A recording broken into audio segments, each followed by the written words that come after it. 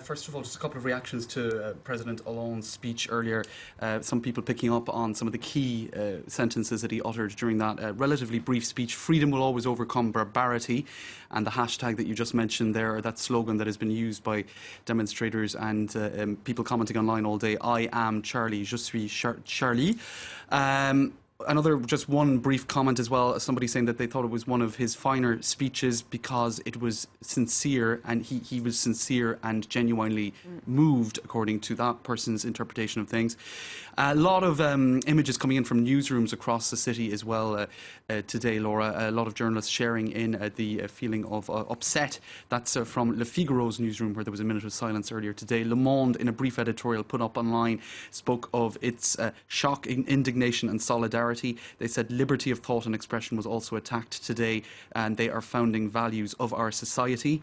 That will be the cover of the front page of tomorrow's left-leaning Libération. We are all Charlie.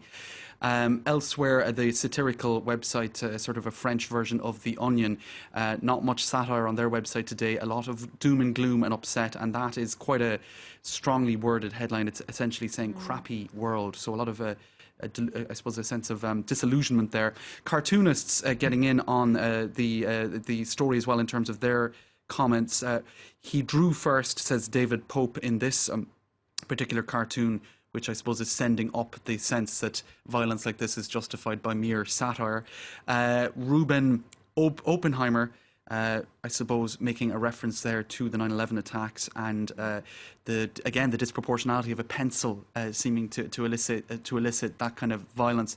I am Charlie, the pencil against the gun. So a lot of images such as that coming across, and various cartoonists expressing their views on things. Magnus Shaw of Je suis Charlie, that is of course the famous cartoon character of the same name. And this one, BFM TV, French rolling news channel, shared this particular cartoon. Why, it simply asks. So really that seems to have been a very widely held response by cartoonists and journalists generally, that this was a completely outrageous and disproportionate response. And I'm wondering, James, if you've seen this online campaign to get newspapers to print some of the Charlie Hebdo cartoons on their front pages tomorrow. Absolutely. There are a lot of people have been calling for that. A lot of people have been, just this tweet now, you mentioned it, and I happen to be on a tweet that is calling for the same thing, saying in this instance calling on the UK media to reprint Charlie Hebdo cartoons, and just an element. Because I know a lot of media outlets in the past have not done that. They've said they don't want to offend Muslims, and they've essentially censored themselves and not shown those images. I think Charlie They've chosen Hebdo not to show those images first at all. Came to prominence back in 2005 when they did reprint cartoons that Jyllands-Posten, the Danish newspaper, printed those 12, I suppose, somewhat provocative cartoons of the Prophet Muhammad, and it led to clashes around the world, some 140 deaths. And at the time, there were calls on international media and print media to reprint those cartoons. Not one publication in the UK followed those appeals, interestingly, even though the UK would be, I suppose, at the forefront of defending ideas such as the freedom of expression. Charlie Hebdo did it.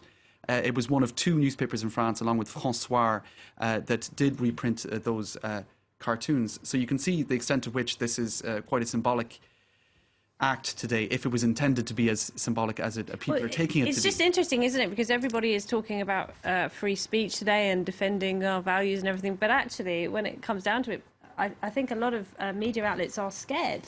And they will be now, of course, even more scared to show this kind of thing. So is it inevitable that journalists will begin to censor themselves?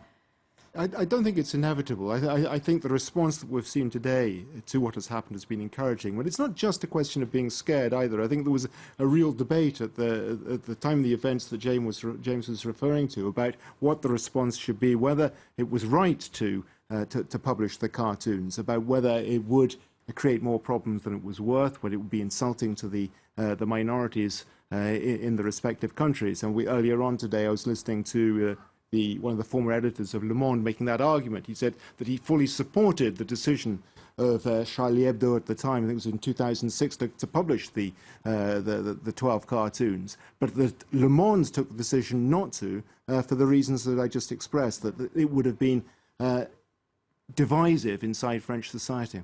Okay.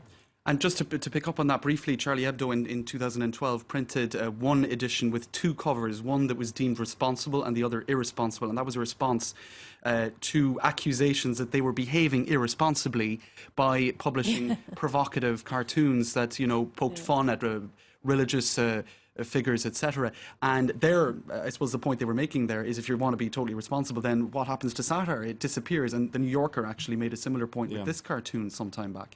Yeah, So where do you draw the line? what kind of a society do you want to live in? Mark? But it's true. At the time, President Jacques Chirac criticized Charlie Hebdo for essentially fanning the flames. And there was criticism because it was deemed as really not so much poking fun, but frontally attacking Islam. And so, yes, there were some debates. Those debates are now obviously not happening because of the outrage, of the emotion, but there's certainly going to be more debates. Let's also not forget one dimension for our viewers. France is a deeply secular country. Yeah. And so religion that is is not important. seen as important maybe than the defense Sort of above of criticism, is it? secularism. And so that's why you have such publications that are known for their attacks on religion and are not shocking the French public.